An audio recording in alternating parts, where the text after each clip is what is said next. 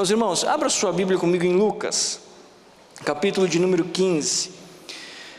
Eu queria pedir a sua permissão para parar um pouco a série de mensagens que nós estamos estudando. E como hoje é o Dia dos Pais, eu gostaria de conversar com você um pouco a respeito da paternidade, né?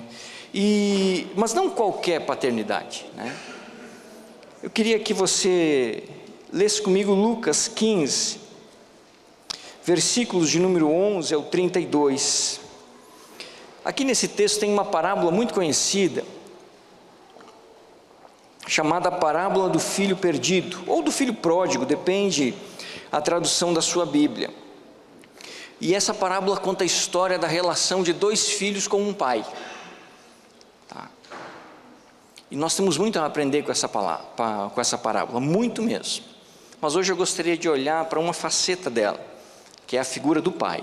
Amém? Vamos ler comigo, acompanhe. Se você não trouxe a Bíblia, você acompanha no telão. Se você não tem Bíblia, irmão, você me procura no final que eu vou te dar uma Bíblia de presente, tá bom? Bíblia boa. Se você tem o celular, liga o seu celular, tablet, computador, o que você tiver aí. Vamos lá. Lucas capítulo 15, versículo 11 ao 32. Jesus continuou: um homem tinha 2 filhos. O filho mais jovem disse ao pai: quero a minha parte da herança. E o pai dividiu seus bens entre os filhos. Alguns dias depois, o filho mais jovem arrumou suas coisas e se mudou para uma terra distante, onde desperdiçou tudo o que tinha por viver de forma desregrada. Quando seu dinheiro acabou, uma grande fome se espalhou pela terra e ele começou a passar necessidade. Convenceu um fazendeiro da região a empregá-lo, e esse homem o mandou a seus campos para cuidar dos porcos. Embora quisesse saciar a fome com as vagens dadas aos porcos, ninguém lhe dava coisa alguma. Quando finalmente caiu em si, disse: até os empregados de meu pai têm comida de sobra, e eu estou aqui morrendo de fome. Vou retornar à casa de meu pai e dizer: pai, pequei contra o céu e contra o Senhor, e não sou mais digno de ser chamado seu filho. Por favor, trate-me como um de seus empregados. Então voltou para a casa de seu pai. Quando ele ainda estava longe, seu pai o viu, cheio de compaixão, correu para o filho, o abraçou e o beijou. O filho disse: pai, pequei contra o céu e contra o Senhor, e não sou mais digno de ser chamado seu filho.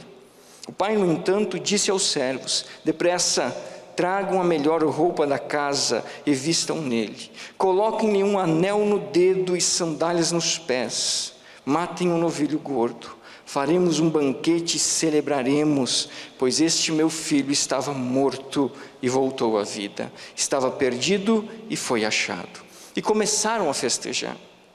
Enquanto isso, o filho mais velho, trabalhando no campo, na volta para casa, ouviu a música e a dança, e perguntou a um dos servos: o que está acontecendo? O servo respondeu: seu irmão voltou e seu pai matou um novilho gordo, pois ele voltou são e salvo.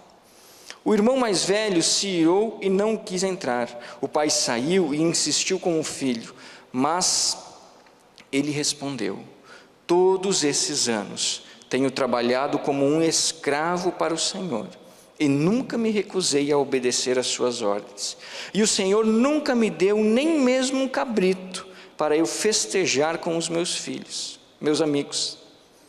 Mas quando esse seu filho volta, depois de desperdiçar o seu dinheiro com prostitutas, o Senhor comemora matando o novilho?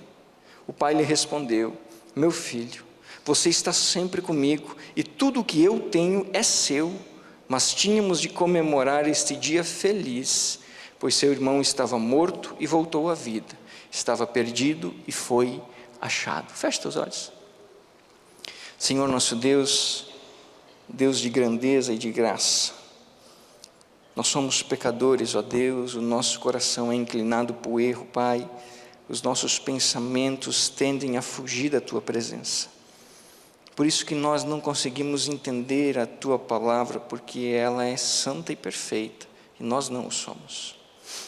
Mas nós carecemos do Teu auxílio e pedimos que o Teu Espírito Santo venha sobre nós nesse momento, nos dando entendimento, Deus, sobre a Tua palavra, sobre o que a Tua verdade quer falar aos nossos corações. Nós não queremos, ó Deus, aprender filosofias humanas, conhecimento humano, não, Senhor. Nós queremos que a Tua voz fale ao nosso coração, ó Pai. Por isso, nesse momento, nosso pedido é que o Teu Espírito Santo venha sobre nós, com a Tua graça e com o Teu poder, ó Pai. Apacenta o nosso coração, livra nossa mente, Deus, das distrações e dos problemas, e que nesse momento nós possamos focar em ouvir aquilo que o Senhor tem para nos dizer, e que a Tua palavra, Senhor, adentre o nosso coração, como uma enxurrada, Senhor, que vai limpando tudo pelo caminho, ó Deus. Faz de novo, Senhor, com o Teu poder e a Tua graça, usa as nossas vidas e nos dá entendimento, ó Pai. Essa é a nossa oração, em nome de Jesus, amém. Meu irmão, você bem sabe que parábolas são histórias que Jesus contava, que tem como objetivo trazer verdades espirituais à tona. Não são histórias reais que realmente aconteceram, mas são aquelas histórias com um fundo a ser dito. Então Jesus usava parábolas para demonstrar verdades espirituais que o povo precisava ouvir. Algumas precisavam entender, algumas só precisavam ouvir. E nesse capítulo 15 de Lucas, você vai encontrar 3 parábolas com o mesmo objetivo. A primeira parábola é a parábola da ovelha perdida, capítulo 15, verso 1. A segunda parábola é a parábola da moeda perdida, capítulo 15, verso 8. E a terceira parábola é a do filho perdido, capítulo 15, verso 11. Essas 3 palavras têm o mesmo objetivo: mostrar a realidade do ser humano, minha e sua, mostrar a vontade de Deus e o plano do Senhor referente à nossa vida no tocante à salvação. Elas têm o mesmo objetivo. Cada uma delas mostra uma face da vontade do plano de Deus a respeito de buscar a nossa vida para estar na presença dEle. Mas essa parábola aqui do filho perdido cai como uma luva no dia de hoje, onde nós comemoramos costumeiramente o Dia dos Pais. É óbvio que é uma data festiva, comercial, mas a gente pode parar para refletir um pouco sobre isso. Se nós fôssemos falar a respeito dos pais, eu, você, o Marcelo, o Eliandro, né, o Bill, os pais, o Rafa, que estão aqui, nós poderíamos olhar, por exemplo, para Efésios 6, que tem alguns conselhos muito maravilhosos para o homem, marido e pai. Se você fizer lá, meu irmão, Efésios 6, você não se esquenta a cabeça, você vai ser um excelente marido e um pai maravilhoso, tá? Mas eu queria hoje não olhar para essa parte mais prática minha e sua. Eu gostaria de olhar para o Pai perfeito hoje. Eu gostaria de olhar para o maior e para o melhor Pai do mundo. Hoje de manhã, vendo algumas coisas, eu estava acabando o sermão, e eu vi uma frase de um pastor que ele colocou assim numa imagem, ele diz assim: parabéns para o melhor Pai do mundo, Deus. E eu achei muito interessante aquela frase, porque às vezes a gente não pensa, mas é a verdade. O melhor Pai do mundo é Deus. E eu queria olhar para esse Pai nessa noite. Eu queria olhar com você para esse texto, porque nesse texto a figura do Pai, ela representa Deus. É isso que Jesus estava querendo dizer. E eu queria então olhar para essa parábola e tirar alguns destaques sobre Deus, o Pai, o melhor Pai do mundo. E talvez eu e você que somos homens, nós podemos assim dar uma averiguada na nossa vida, em relação ao que significa ser pai, na perspectiva de Deus. E talvez as mulheres e os jovens que não são pais aqui possam olhar para essa parábola e tentar perceber o que Deus está fazendo na sua própria vida. Amém? Vamos juntos? Vamos lá. Então, 4 destaques, bem rapidinhos, 4 destaques. O primeiro destaque que eu aprendo nessa palavra está no versículo 12 e no 28 ao 31. Deus é o Pai rejeitado. Deus é o Pai rejeitado. O versículo 12 nos mostra uma cena muito triste para o coração de um pai e de uma mãe. Um dos filhos, o mais novo, chega para o seu pai e diz assim: pai, me dá a minha parte da herança que eu vou cair no mundo. Eu tenho coisas mais interessantes para fazer do que estar aqui com você e com o meu irmão. Aparentemente para nós pode parecer algo muito simples, porque hoje isso acontece muito. Mas na cultura judaica em que Jesus estava, isso significava dizer uma coisa. O filho mais novo estava dizendo para o pai o seguinte: para mim você morreu, por isso eu quero o dinheiro. Porque a herança entre os judeus só era passada depois da morte. Era impossível você passar a herança estando vivo. Não se fazia isso. Precisava se morrer para se receber a herança. Então o que o filho mais novo estava fazendo, trocando por miúdos, era o seguinte: para mim o Senhor morreu, me dá o meu dinheiro. Me dá o meu dinheiro. E aqui você que é pai, você vai entender um pouco, talvez, o que seriam essas palavras entrando no seu ouvido. O filho mais novo rejeita o pai, ele está preocupado com os bens, não com o pai. Mas não é só o mais novo, o mais velho fica na casa, ele não vai embora, o mais velho fica trabalhando. O mais velho está ali. Mas quando o irmão volta e o pai festeja e se alegra, o filho mais velho revela o seu coração. O coração do filho mais velho não era diferente do coração do mais novo. A diferença é que o mais novo foi homem o suficiente para sair de casa, e o mais velho não. Mas o seu coração rejeitava o pai tanto quanto o primeiro. Porque quando o filho mais novo chega e o pai faz uma festa e todo mundo se alegra, aquele homem fica bravo. E ele não quer participar da festa. O pai, quando sabe, sai do lugar, vai conversar com ele, e ele diz assim: o Senhor teve a coragem de receber esse seu filho, perceba que ele nem chama de irmão, esse seu filho, que gastou tudo com as prostitutas, mas a mim o Senhor não me dá nada. Ele queria a mesma coisa que o mais novo queria, ele só não teve coragem de pedir. Mesmo estando em casa, ele rejeitou o seu pai no seu coração, não teve a coragem de falar, mas o rejeitou. E como essa figura, essa parábola nos mostra que Deus é o Pai, nós chegamos a uma conclusão lógica. Se esses meninos rejeitaram o seu pai, a parábola quer nos ensinar que eu e você rejeitamos a Deus. Porque eu e você nos encaixamos ou no filho mais novo ou no mais velho. Ou nós estamos muito distantes do caminho do Senhor, longe, nos afundando no pecado. Ou nós estamos dentro da igreja, mas com o coração no mundo. E nós somos tão ruins quanto aqueles lá. Deus é o Pai rejeitado. Todo ser humano rejeita o Senhor em uma fase da sua vida. Todo ser humano. Abra sua Bíblia comigo em Romanos, e eu quero provar para você essa verdade. Romanos capítulo 3.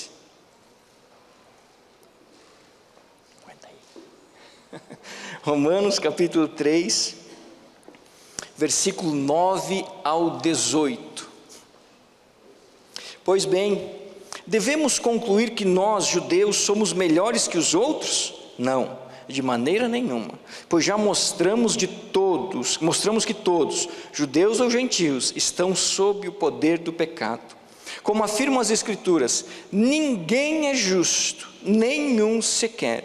Ninguém é sábio, ninguém busca a Deus. Todos se desviaram, todos se tornaram inúteis. Ninguém faz o bem, nenhum sequer. Sua conversa é repulsiva, como o odor de um túmulo aberto. Sua língua é cheia de mentiras. Veneno de serpentes goteja de seus lábios. Sua boca é cheia de maldição e amargura. Apressam-se em cometer homicídios por onde passam. Deixam destruição e sofrimento. Não sabem onde encontrar paz. Não têm o menor temor de Deus. Sabe o que significa esses versículos de Romanos? Esses versículos de Romanos são o retrato do ser humano. Se você pegar a humanidade, você encaixa a humanidade perfeitamente em Romanos capítulo 3, verso 9 ao 18. Por quê? Porque devido ao pecado, nós rejeitamos a Deus em nosso coração. Nós queremos o que Deus pode nos dar. Por isso que essa história de campanha funciona muito bem. Por isso que essa história de bênção dá muito certo. Todo mundo quer a bênção, mas pouca gente quer o Deus que abençoa. nós não somos tão diferentes do filho mais novo. Nós não somos tão diferentes do filho mais velho. Mas de um jeito ou de outro, todos nós, ou já rejeitamos a Deus em nosso coração, ou estamos rejeitando hoje, mesmo sentados dentro da igreja. E Deus sabe disso. Deus sabe. A grande questão é que eu quero que você pense, diante dessa perspectiva, se é que é possível, coloque-se no lugar de Deus.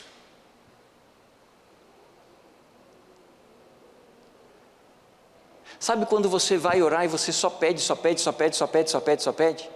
Lembra do filho mais novo. Lembra do filho mais novo. E sabe quando você reclama de tudo? Tudo que Deus faz, nada está bom? Lembra do filho mais velho. Lembra do filho mais velho. Agora, se coloque na perspectiva de Deus. E como pais humanos, falando para os homens agora,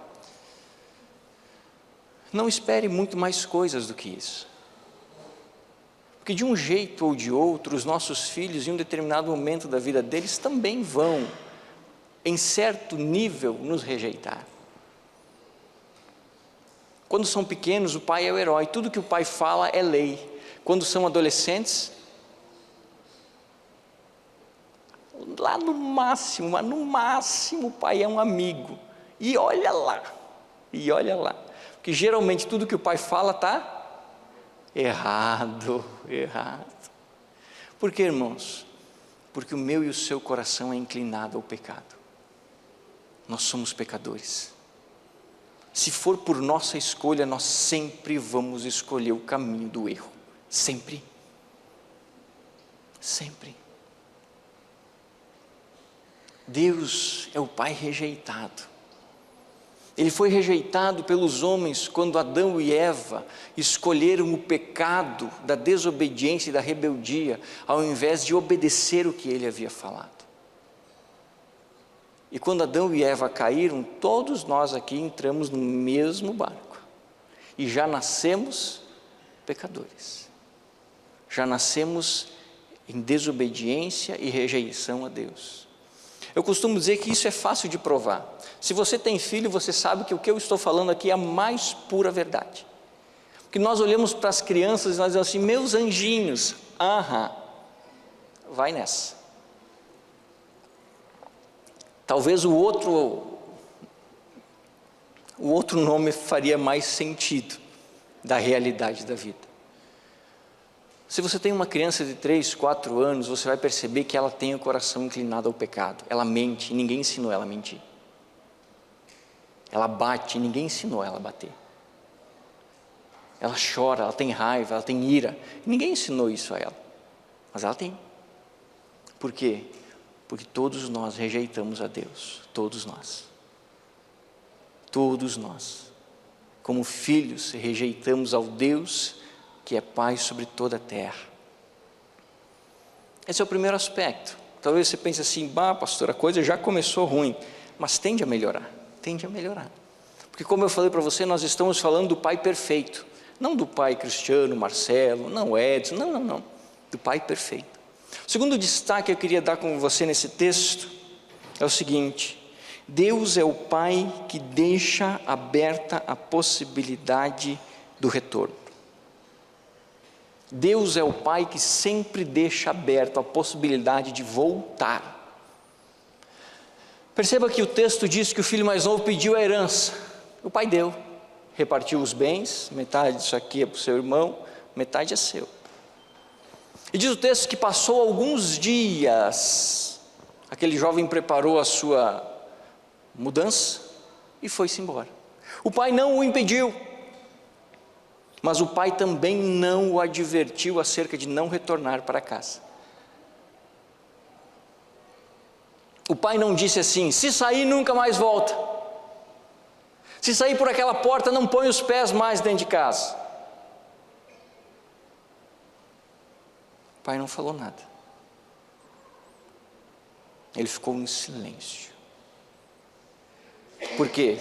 Porque Deus, como o Pai perfeito que é, nos ensina que nós sempre precisamos deixar as portas abertas para o retorno. Sempre. Ele foi rejeitado, mas não rejeitou. Aqui que está a grande diferença e faz de Deus o Pai perfeito. Ele foi rejeitado, mas Ele não rejeitou, nem a mim nem a você. Ele não rejeitou. Enquanto que o filho mais novo o rejeitava saindo, e o mais velho o rejeitava em seu coração, o pai manteve as portas abertas para a volta. O pai manteve as portas abertas para a possibilidade de retorno. E é interessante você perceber essa verdade, que quando diz o texto que o filho mais novo caiu em si, que estava vivendo com os porcos, ele diz assim: meu Deus, os empregados de meu pai têm uma vida muito melhor do que a minha. E ele diz assim: voltarei à casa de meu pai. Perceba que ele nem titubia, ele diz assim: mas como é que eu vou fazer para voltar? Meu pai não me quer mais. Mas meu pai, não, ele diz assim: voltarei à casa de meu pai. Por quê? Porque ele sabia no coração dele que as portas continuavam abertas, que o regresso era possível, que a volta era plenamente possível. Porque Deus é o Pai que abre a porta da possibilidade do retorno. Da mesma forma, nós podemos comprovar isso quando o pai conversa com o filho mais velho. E o filho mais velho despeja sobre eles toda a sua ira, toda a sua revolta de anos. E aquele pai, ao invés de ser duro, mostra a diferença de você saber que pode haver mudança. Quando aquele pai diz assim: meu filho, você vive comigo, e tudo que eu tenho não é meu, é seu. E o seu irmão voltou. Ele deixa as portas abertas para o filho mais velho retornar também ao convívio do pai. Ao convívio. Deus é assim, meus irmãos. E eu quero comprovar para você essa verdade. Abra Gênesis 3 comigo. Gênesis 3 registra a história mais doída dos homens, porque registra o pecado de Adão e Eva. E em Gênesis 3 o Senhor chama todo mundo para resolver. Porque se tem uma coisa que Deus não tem dificuldade é de resolver problema, irmãos. Deus não joga para debaixo do tapete, não espera para amanhã. Quando tem problema, Ele resolve. E lá em Gênesis 3, se você ler o versículo 14 e 15, você vai encontrar Deus falando com a serpente, que aqui representa Satanás. E você vai encontrar o que Deus diz à serpente. Versículos de número 14. Então o Senhor disse à serpente: uma vez que você fez isso, maldita é você entre todos os animais domésticos e selvagens. Você se arrastará sobre o próprio ventre, rastejará no pó enquanto viver. Farei que haja inimizade entre você e a mulher, e entre a sua descendência e o descendente dela. Ponto. Agora Deus abre a porta para o retorno dos homens ao seio do Senhor. Ele lhe ferirá a cabeça, e você lhe ferirá o calcanhar. Sabe de quem Deus está falando aqui? Jesus. Jesus. Enquanto o diabo festejava a queda dos homens, Deus anunciava que as portas dos céus não se fechariam, pois Ele mesmo as deixaria abertas por meio de Jesus Cristo, nosso Senhor e Salvador. Deus é o Pai que sempre deixa a porta aberta para o retorno. Enquanto há fôlego de vida em nossas narinas, nós podemos voltar aos braços de Deus. nós podemos voltar ao seio da presença de Deus, nós podemos restaurar a nossa vida, nós podemos voltar da nossa caminhada suja, imunda de pecado e de desgraça, porque as portas dos céus não estão fechadas, e o caminho que nos leva até lá é Jesus Cristo. Não importa o quanto você tenha pecado ou esteja pecando, há uma possibilidade de retorno, há uma possibilidade de mudança. Ainda não acabou, ainda não é o fim. Enquanto houver fôlego de vida em você, ainda há a possibilidade de retornar aos caminhos de Deus, ainda. Porque Deus é o Pai que deixa uma porta aberta para o retorno. E se você é pai como eu, você precisa aprender a seguir esse conselho. Porque muitas vezes os filhos vão querer fazer do jeito deles. E se você der razão e ênfase ao seu coração humano, você fechará as portas para o retorno dos seus filhos. E isso custará muito caro a você. Custará muito caro. Um preço que talvez você não queira pagar. Eu não estou dizendo para negociar pecado. Deus não negocia pecado. Mas as portas dos céus não estão fechadas. Não estão. Porque em Jesus Cristo, todo aquele que crê, todo aquele que o confessar, todo aquele que viver segundo a sua vontade, esse adentra as portas da eternidade. Há uma possibilidade de retorno. Há. E se você é pai, entenda isso com os seus filhos. Eu ouvi uma frase hoje pela manhã que eu achei fascinante, que dizia assim: o seu filho pode fugir de você, mas não pode fugir das orações que você coloca diante de Deus. Não pode. Não pode. O seu filho pode não querer falar com você, mas ele não pode se negar a ouvir a voz do Espírito no coração dele.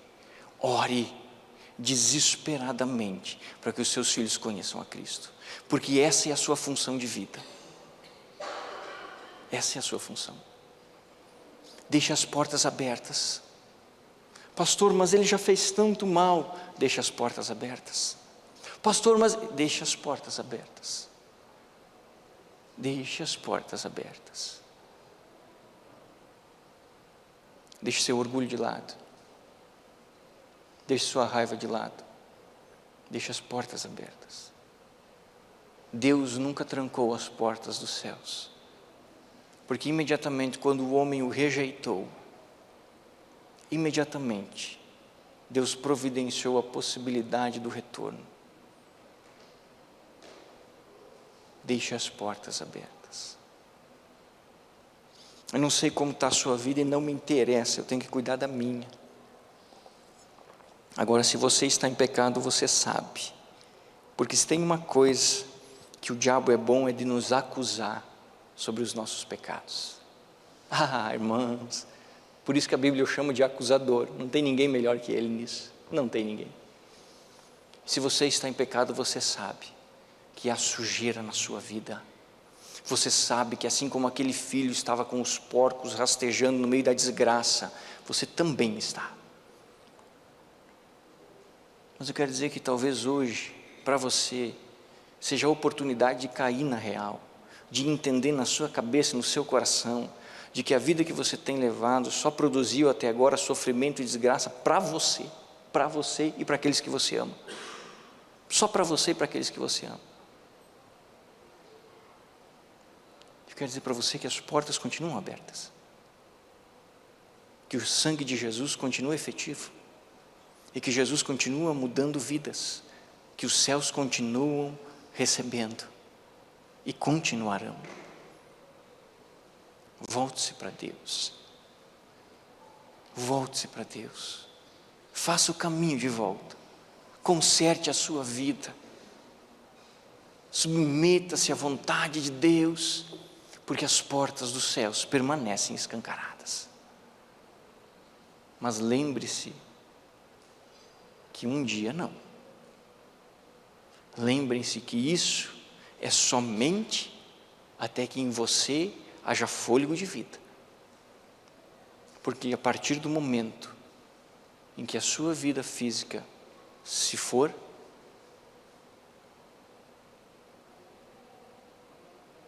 se você estiver longe de Deus, você estará perto do inferno. E aí não tem mais negociação. Aí não tem mais estrada.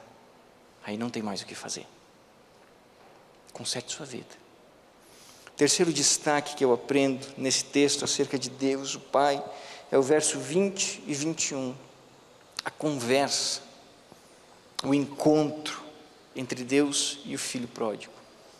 E o destaque é: Deus é o Pai que escolhe o caminho da graça. Se você lê o versículo 20 e 21, você se emociona, porque ele registra a volta do filho. E diz o texto que o filho vem sujo, sem dinheiro, sem bens, sem nada, trazendo toda a sujeira e a desgraça que o mundo pode colocar no coração de um homem. E aquele filho vem se sentindo um lixo, se sentindo alguém que não tem dignidade de olhar para o pai, se sentindo alguém que não tem a dignidade de pedir para voltar a ser filho, com um plano na mente, dizendo assim: eu vou voltar para a casa de meu pai para ser empregado.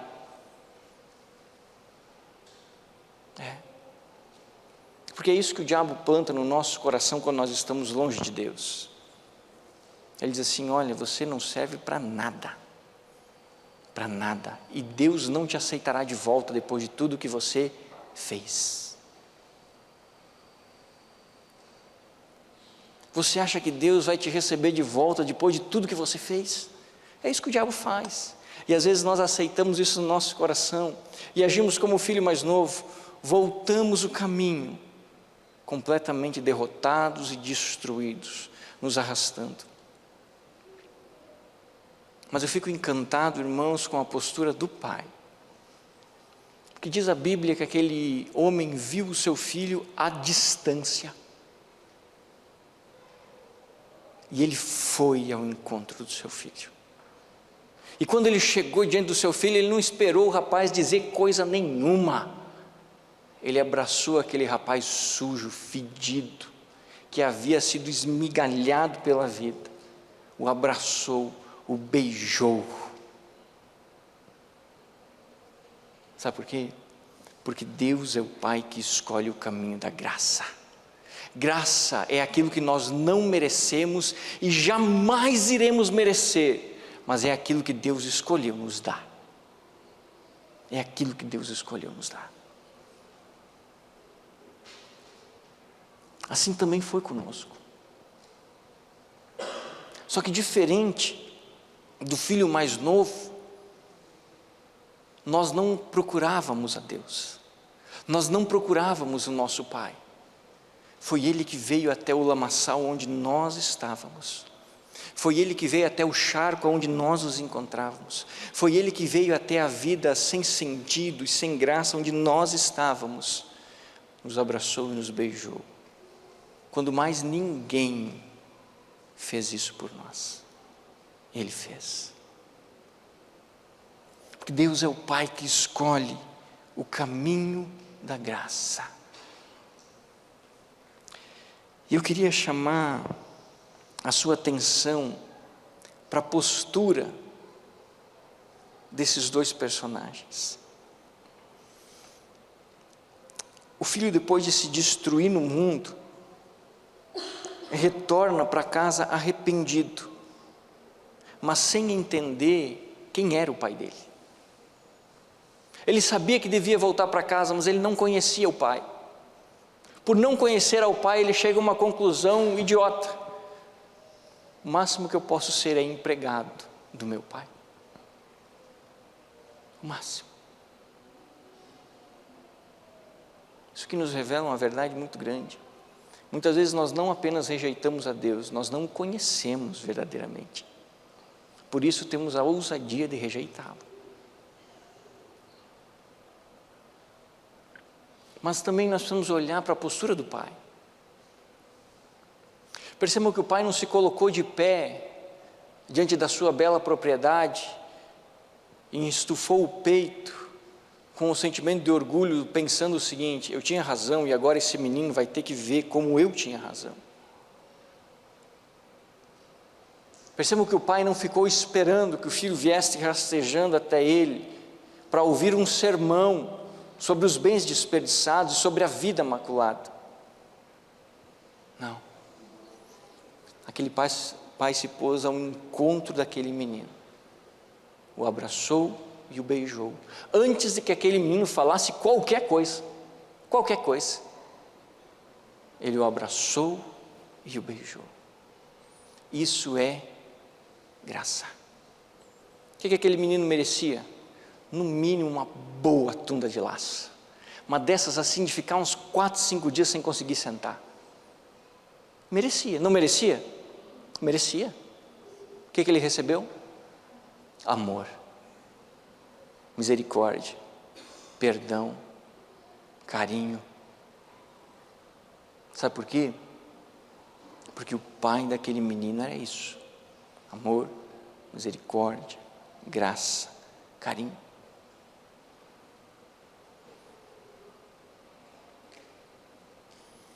Deus é o Pai que nos recebe com a graça.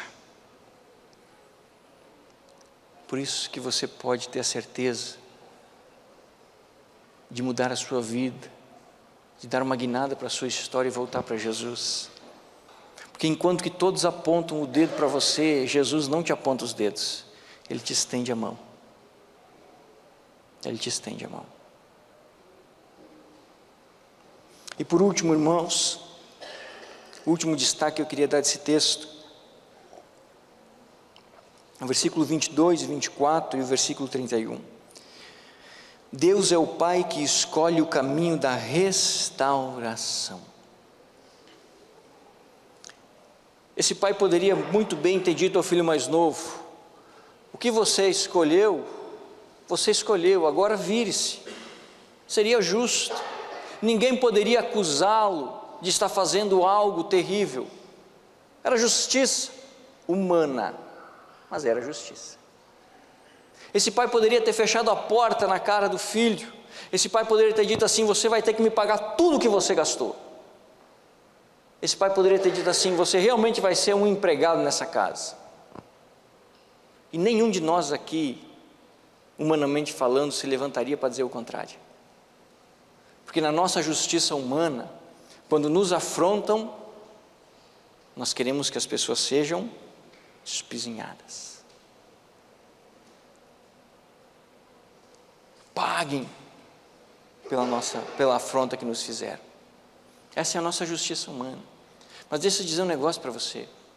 Lá em Isaías, o Senhor diz que a nossa justiça é como o absorvente usado da mulher. Ele diz assim: a justiça de vocês é igual ao absorvente de uma mulher na época da sua menstruação. Não serve para nada, é lixo. É lixo. O que vocês consideram justiça no coração de vocês é lixo. Vocês não sabem o que é justiça.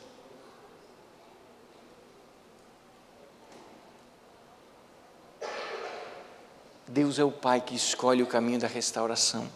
Aquele jovem é abraçado e beijado. E quando aquele jovem começa a falar: pai, pequei contra os céus e contra ti, não sou digno de ser chamado teu filho, quero ser um dos seus escravos. Aquele homem chama os seus empregados e diz assim: tragam a melhor roupa, coloquem no meu filho. Tragam um anel de ouro, coloquem na sua mão. E tragam sandálias, pois o meu filho, que estava morto, voltou a viver. O meu filho que estava perdido, retornou. No coração daquele pai nunca houve a possibilidade de reduzir aquele rapaz a um simples empregado. Ele não era empregado, ele era filho. Ele era filho. E quando Deus coloca quando esse pai coloca sobre aquele menino uma roupa nova, um anel no dedo e uma sandália, o que o texto bíblico está dizendo para nós é o seguinte: Deus nos restaura a condição que tínhamos antes do pecado. Quando entregamos o nosso coração a Cristo, Deus nos restaura a realidade antes do nosso pecado. Filhos de Deus, filhos de Deus, filhos do Altíssimo. A menina dos seus olhos, como diz a palavra. Porque Deus escolhe o caminho da restauração. Ele podia nos julgar severamente, era seu direito, era justo. Mas Deus é um Deus de graça. E quando derrama a sua graça sobre nós, também nos traz pela mão para nos restaurar, para tirar a sujeira que havia em nós, para tirar as mazelas que haviam em nosso coração. E se você vai olhar o versículo 31, quando ele fala com o filho mais velho, é a mesma coisa. Quando aquele menino despeja toda a sua ira, ele diz assim: meu filho,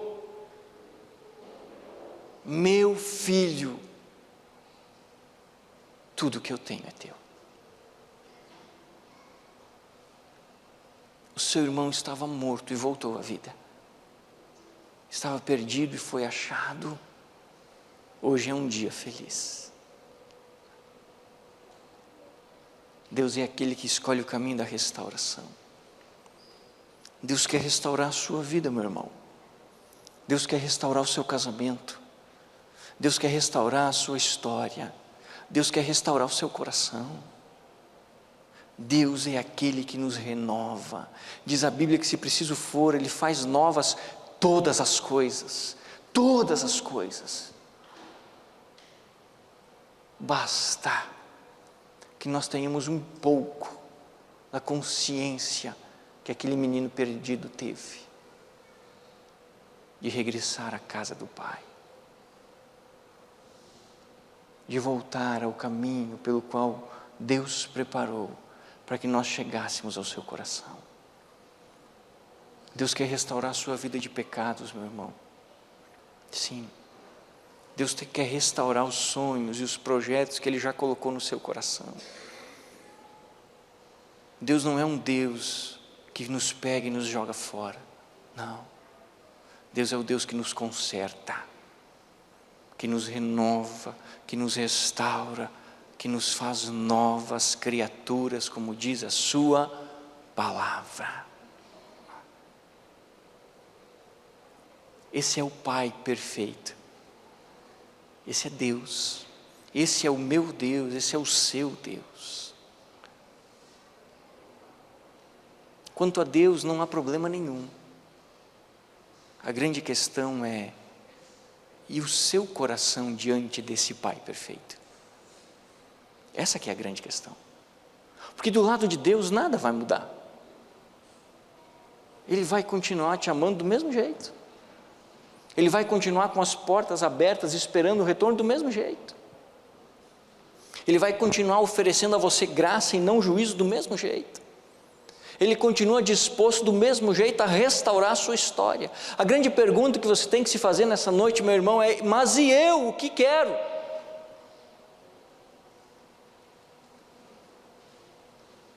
Mas e eu? O que eu quero?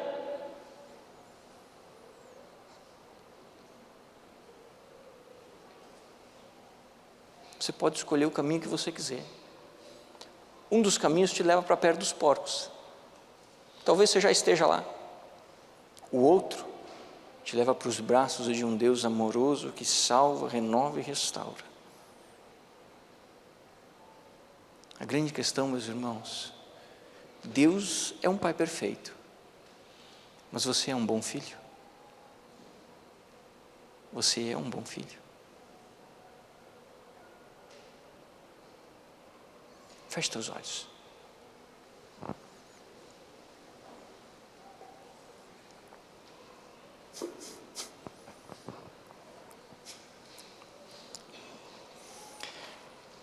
Meu irmão, Todos nós aqui temos o telhado de vidro.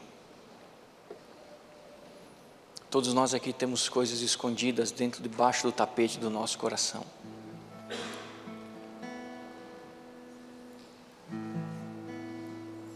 Mas eu sei, porque Deus está me falando, que tem pessoas aqui que estão acrocadas com os porcos.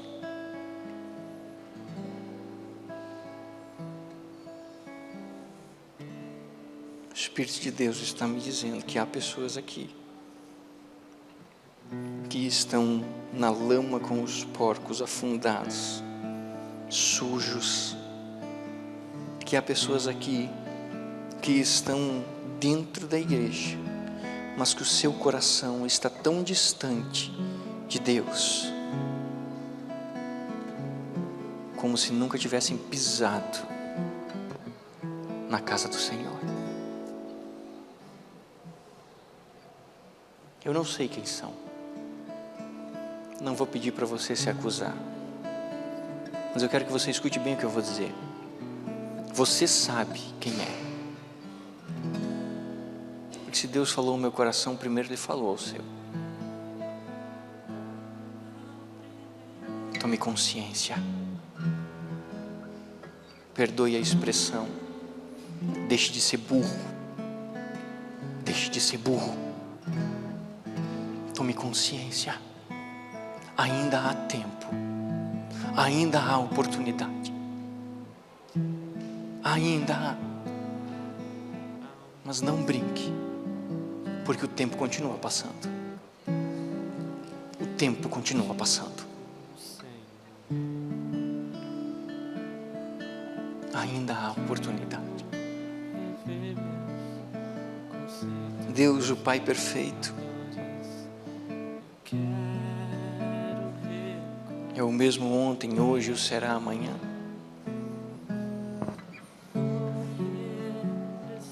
Mas você precisa tomar uma decisão. Você precisa tomar uma decisão.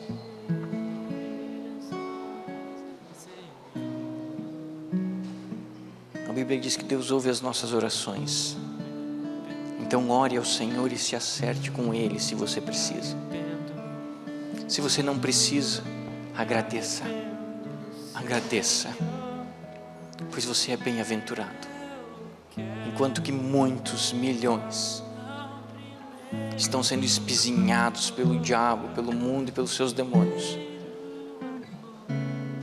você é tido como filho de Deus, e a presença de Cristo repousa sobre você, e a graça de Jesus é derramada sobre a sua vida.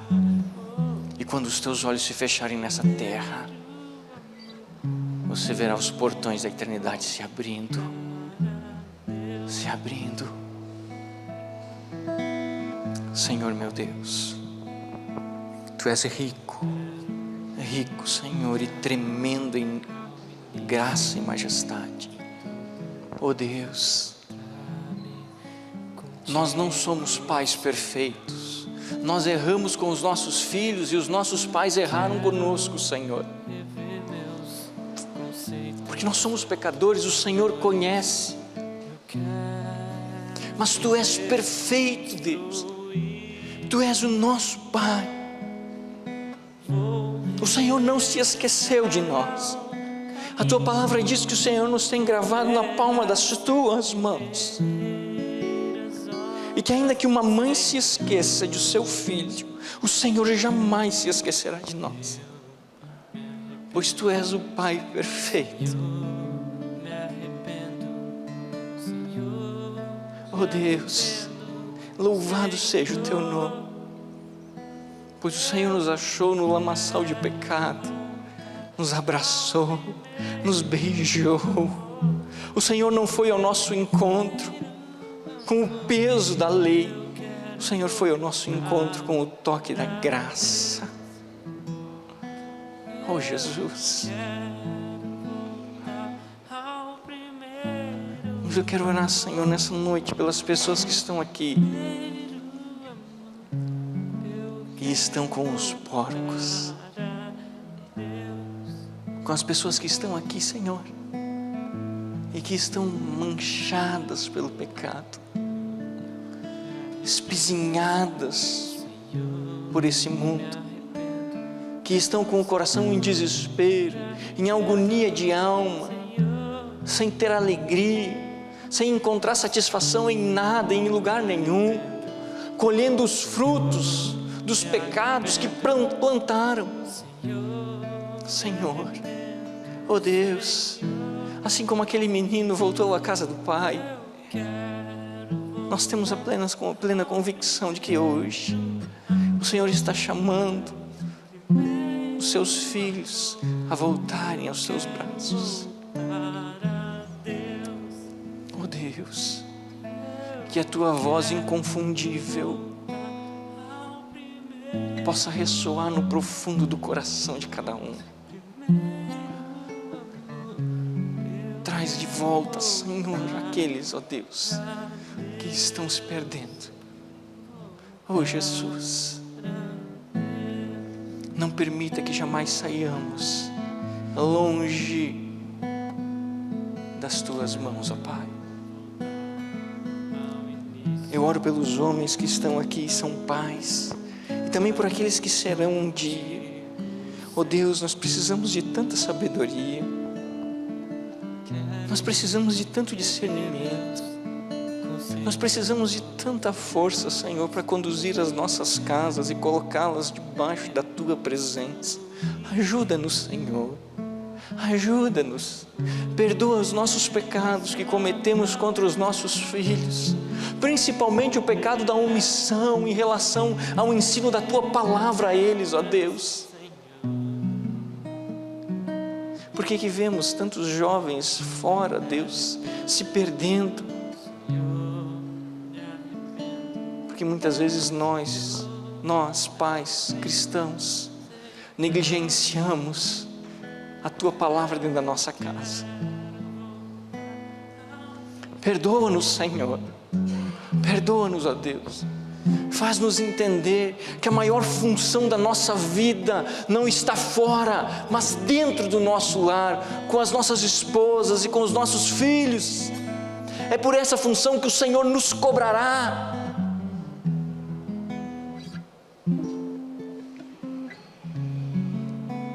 Oh Deus, abençoa-nos, dá-nos discernimento, ó Pai. Louvado seja o teu nome, pois tu és Deus poderoso, tu és o Pai perfeito, que não abandona, que não rejeita. Tu és o Pai que está sempre disposto a nos restaurar. Obrigado, Senhor, muito obrigado. Essa é a nossa oração em nome de Jesus. Amém e amém. Glória a Deus.